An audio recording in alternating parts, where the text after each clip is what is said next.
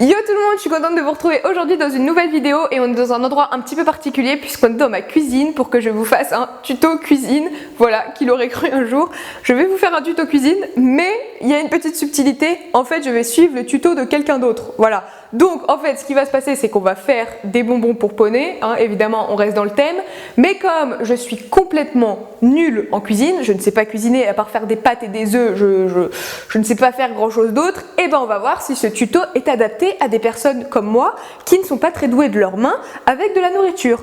Donc du coup, j'ai demandé à Mathilde de Dance With Him qui a fait un tuto bonbons pour poney si je pouvais me permettre de suivre son tutoriel pour voir si il fonctionnait et voir si j'arrivais à le reproduire. Donc du coup, je n'ai même pas regardé la vidéo et en fait, je crois que j'ai jamais regardé de vidéo de tuto sur les bonbons pour poney et j'ai seulement été checker dans la petite barre d'infos voir si elle avait inscrit tous les aliments dont on avait besoin et ils y sont. Donc du coup j'ai pu préparer par avance les aliments et par chance j'avais tout chez moi. Donc du coup on y va. C'est parti! Bon alors du coup la première partie de la vidéo concerne tous les ingrédients qu'elle va mettre dans les bonbons. J'ai donc pu vérifier que j'avais tout ce qu'il fallait et c'est donc le cas. Et maintenant on va donc pouvoir prendre tout ça et le mettre dans un saladier. La seule différence que j'ai avec Mathilde, c'est que moi j'ai uniquement des pommes, voilà, je n'ai pas de carottes. Donc ils auront que des bonbons goût à la pomme. Et maintenant on va pouvoir attaquer tout ça tout en continuant de suivre son tuto.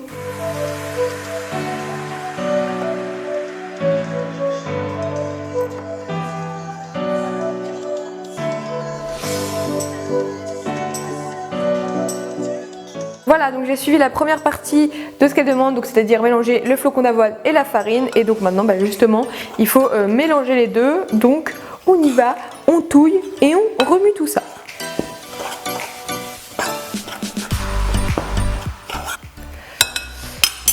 Maintenant que mes flocons d'avoine et ma farine sont tout mélangés ensemble, on peut donc continuer le tuto et il me semble que maintenant il faut mettre de l'huile. Petit à petit, incorporer l'huile. Alors moi je me sers d'une grosse cuillère. Donc petit à petit, on incorpore l'huile. Donc j'ai l'huile dans le petit bol et on va donc la verser dans le saladier. Ah oui, et elle dit qu'il faut remuer en même temps. Donc je vais remuer en même temps. Maintenant qu'on a donc incorporé l'huile à tout ça, on va continuer, je ne sais pas avec quoi. Servir de fouet, d'accord. Ensuite, je viens chercher mon petit miel. Ah, maintenant il faut prendre le miel. J'aimerais bien tout l'enlever, mais bon, c'est pour... Et là, ça va devenir plus compliqué, puisque le miel va peguer un petit peu. Elle vient de dire que ça allait devenir plus compliqué, j'ai peur. Donc je vais verser le miel. Oh non, si apparemment ça devient plus compliqué, c'est embêtant. Hein. Ah ouais, ça va coller de ouf. Ok, donc là du coup, ma mission, c'est donc de réussir à mélanger cette pâte de miel, parce que du coup ça colle vraiment beaucoup. Et une fois que j'aurai réussi à mélanger tout ça, on pourra continuer le tuto. Enfin, le tuto pas tuto quoi, parce que c'est pas avec moi que vous allez avoir un tuto, hein, je vous le dis. Hein. Maintenant j'ai réussi à mélanger à peu près le miel avec la farine et les flocons d'avoine et l'huile. Et ben on continue encore, on continue à la suite de la vidéo. Ok, donc on doit venir mettre les pommes dans le plat, voilà, tout simplement. Donc on y va, on met ça dans le plat. Ça je pense que c'est une étape qui devrait aller.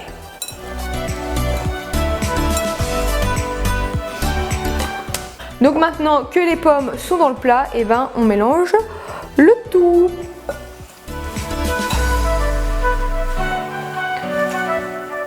Bon, apparemment, il faut qu'on mette les mains dans le plat pour mélanger tout ça. Donc je vais mettre les mains dans le plat. Je sais pas trop pourquoi, moi ça n'a pas trop la même consistance que Mathilde. C'est beaucoup plus farineux, on va dire. Mais bon, j'espère que ça ira comme ça. Voilà, même en suivant une recette de A à Z, j'arrive pas, alors bon, je vais abandonner la cuisine. Voilà. Berk. Alors là du coup on est censé rajouter de l'eau, donc je pense que du coup c'est ce qui va rendre ma pâte moi un petit peu plus liquide. Donc normalement c'est 50 ml, donc c'est ce que je vais faire. En fait je vais remplir un petit peu ce petit bol et on va voir si ça améliore un petit peu la qualité de ma pâte. Je vais donc verser l'eau dans la pâte et maintenant je sais pas ce qu'il faut faire. Consistance de votre pâte. Là elle m'a l'air d'avoir une bonne consistance. Ah oui, donc en fait c'est vraiment juste pour améliorer la consistance de la pâte. Donc maintenant en fait je suis censée remettre mes mains dedans. Donc on y retourne. Bon, j'ai tout mélangé, c'est beaucoup plus pâteux au point que j'ai une main, on dirait que j'ai des pustules partout dessus. Donc là je pense que c'est bon et il faut juste rajouter la petite poignée de sel. Donc moi je vais juste mettre deux petits... Je vais vous montrer, je sais plus parler. Deux trucs comme ça en fait. Voilà, vous voyez? Et je vais remélanger. On est reparti. On met les mains dans le plat et on touille. Allez, un plaisir. Bon, je crois qu'on arrive à la fin de la torture, puisque ça y est, j'ai le droit maintenant de prendre la plaque de cuisson avec du papier sulfurisé et je pense qu'on va pouvoir faire des petites boules, tout mettre là-dessus et mettre au four. Et là, je serai tranquille. Je viens prendre un petit peu de ma bouillie, de ma bonne pâte, que je viens poser sur... Elle dit du papier aluminium. Tu mets pas de l'aluminium au four? Ah bah si, tu peux mettre de l'aluminium au four. Si, c'est micro-ondes que ça va pas. Ok, bon, du coup, je viens de re-regarder le moment papier sulfurisé et ben en dessous, c'est précisé que Mathilde s'est trompée. Donc elle écrit elle-même dans sa vidéo qu'elle s'est trompée et qu'il ne faut pas mettre du papier cuisson, mais du papier aluminium. Donc du coup, bah, je vais enlever mon papier cuisson et mettre de l'aluminium. Ça y est, le moment tant attendu est arrivé. Je peux mettre ma petite pâte sur le papier aluminium du coup. C'est parti, on va donc faire des petites boules et il me semble que les petites boules, faut ensuite les aplatir. C'était ce que je voulais vous montrer. Si Voilà, c'est ça. la pâte colle. Bon, alors par contre du coup c'est au choix, soit on fait des trucs plutôt aplatis, soit on forme des boules. Bon bah voilà, hein, je vais faire... un truc pas beau, hein, des friandises HDCP en forme de banane, c'est pas ce que je vais faire aujourd'hui. Donc ce sera des gros pâtés, ce sera plus simple comme ça.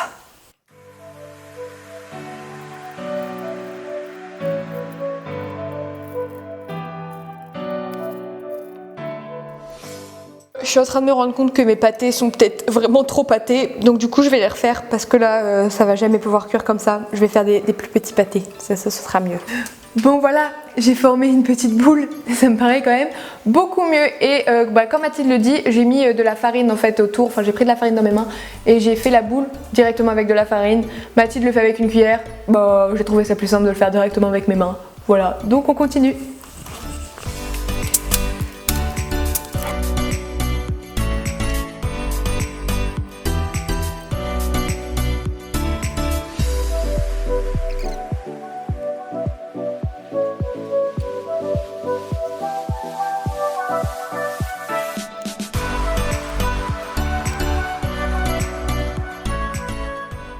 Bon voilà, je suis du coup arrivée à bout de mes petites boulettes et de toute la pâte que j'avais faite.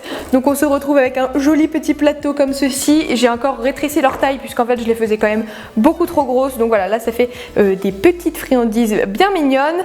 Et maintenant, la question c'est de savoir à combien on préchauffe le four. Donc on va continuer de regarder la vidéo de Mathilde pour savoir tout ça. Bon, apparemment il fallait préchauffer le four à 180 degrés au début de la vidéo, mais je ne l'ai pas fait, j'avais même pas fait attention. Donc du coup, je l'ai mis à préchauffer et je vais attendre du coup, voilà.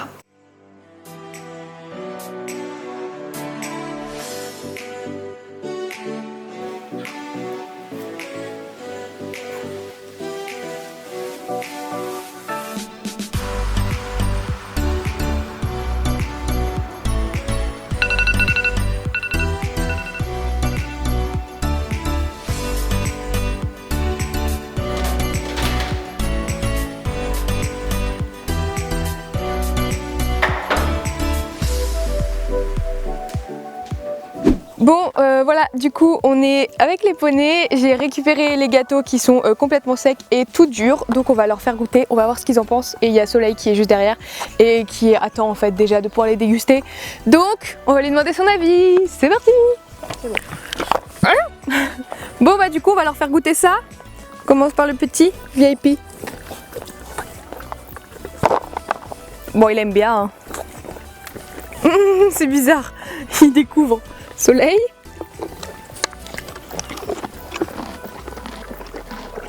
Bon, ça a l'air de se manger.